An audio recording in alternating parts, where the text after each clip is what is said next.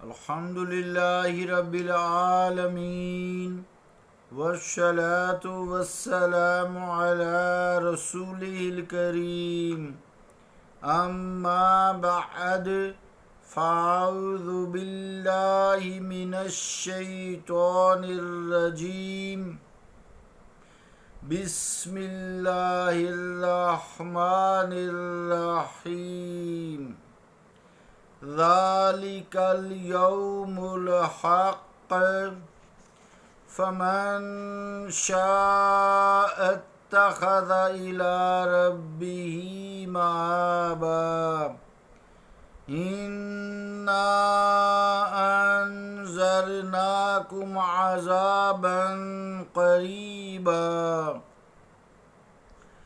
يوم ينظر المرء ما قدمت يداه ويقول الكافر يا ليتني كنت ترابا صدق اللہ العظیم۔ واجب الاحترام سامعین، السلام علیکم ورحمۃ اللہ وبرکاتہ۔ سورہ نبا کی آخری دو آیات 39 اور 40 نمبر تلاوت کرنے کی سعادت حاصل ہوئی ہے۔ ان آیات کا ترجمہ یوں ہے: یہ دن برحق ہے، سو جس کا جی چاہے بنا لے اپنے رب کے جوارِ رحمت میں اپنا ٹھکانہ۔ بے شک ہم نے ڈرا دیا ہے تمہیں جلد آنے والے عذاب سے۔ اس دن دیکھ لے گا ہر شخص ان عملوں کو جو اس نے آگے بھیجے تھے، اور کافر بصد حسرت کہے گا کاش میں خاک ہوتا۔ اللہ کا قول سچا ہے جو بڑی ہی عظمت والا ہے۔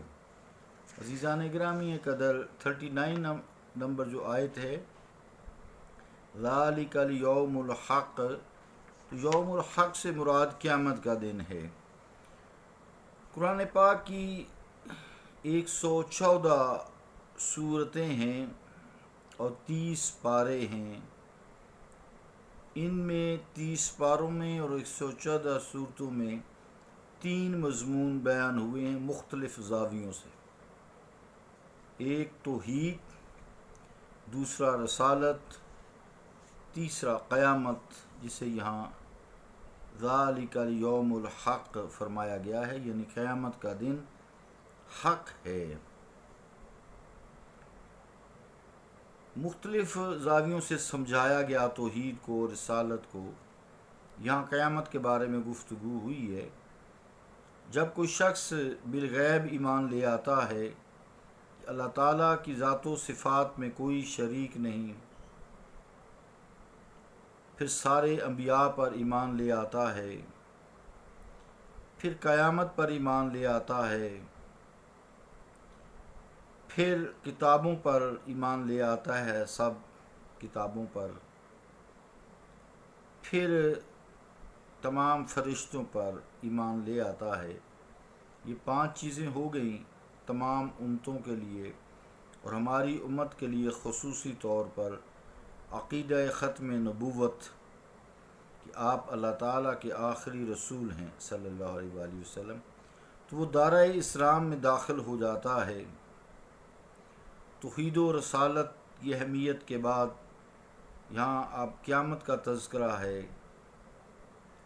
جب تک وہ 6 چیزوں میں سے کسی کا انکار نہیں کرتا، وہ دائرہ اسلام سے خارج نہیں ہوتا۔ اگر اس سے کوئی گناہ سرزد ہو جاتے ہیں تو رہتا تو دائرہ اسلام میں ہی ہے، لیکن فاسق کہلاتا ہے۔ اس سورہ میں کافروں کے متعلق جو گفتگو چل رہی ہے کہ وہ روز قیامت پر ایمان نہیں لاتے تھے، نہ عقلاً نہ نقلاً نہ کسی لحاظ سے بھی، تو اللہ تعالیٰ نے پھر آخر میں آ کر فرمایا کہ اس دن کا آنا یعنی قیامت کا آنا برحق ہے، اس میں کوئی شک و شبہ کی گنجائش نہیں ہے۔ میں نے دونوں راستے تمہیں بتا دیے ہیں، یہ حق راستہ ہے، یہ ناحق راستہ ہے۔ قیامت حق ہے، ادھر آنے ہی آنا ہے۔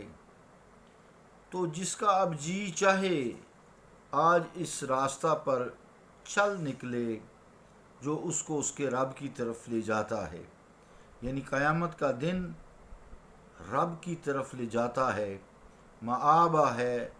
فمن شاء اتخذ الی ربہ مآبہ، اب جس کا جی چاہے بنا لے اپنے رب کے جوار رحمت میں اپنا ٹھکانہ۔ تو اس کا مطلب ہوتا ہے مرجعا و سبیلا، یعنی جس راستے سے وہ آیا ہے، جہاں سے آیا ہے، اس کا ٹھکانہ ہوتا ہے۔ پھر وہ اپنا کام کاج کر کے ایک وقت گزار کر اس ٹھکانے پہ واپس چلا جاتا ہے۔ جیسے ایک مسافر سفر پہ جاتا ہے، گھر سے نکلتا ہے، گھر اس کا مآب ہے، ٹھکانہ ہے، تو وہ سفر سے واپسی پہ واپس اپنے پھر گھر لے آتا ہے تشریف، یہ اس کا ٹھکانہ ہوتا ہے اس مسافر کا۔ اسی طرح رب کی طرف جو ٹھکانہ ہے اس کا ڈسیزن قیامت والے دن ہوگا، یعنی وہ راستہ جو اپنے رب کی طرف لاتا ہے۔ اب چاہے وہ راستہ یہاں رب کی طرف سے مراد یہ آنا تو سب نے رب کی طرف ہی ہے نا، اس کی بارگاہ میں پیش ہونا ہے۔